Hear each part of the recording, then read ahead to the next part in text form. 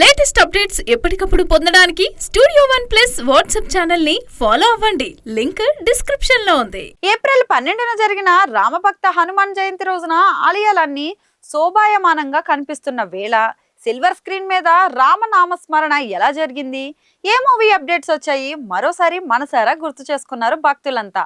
మనం కూడా వాళ్ళల్లో శృతి కలిపేద్దామా? హనుమాన్ సినిమా చేసిన సందడిని ఇంకా మర్చిపోలేదు జనాలు. జై హనుమాన్ ఎప్పుడెప్పుడు వస్తుందా అని ఆసక్తిగా ఎదురు చూస్తున్నారు. అందరిలోనూ ఈసారి హనుమంతుడి పాత్రలో రిషబ్ ఇంకెలా విజృంభిస్తారోనని ఎదురు చూస్తున్నారు. రామ రామ అంటూ ఆల్రెడీ విశ్వంబరలో రాముడి పాట అలరిస్తోంది.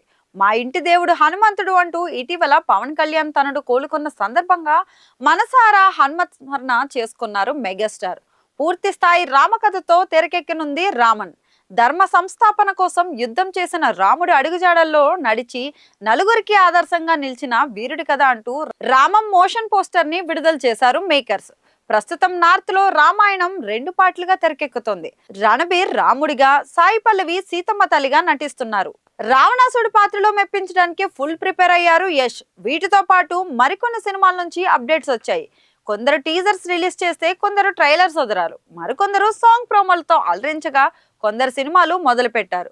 మొత్తానికైతే ఇండస్ట్రీలో హనుమాన్ జయంతి వేడుక గట్టిగానే జరిగింది.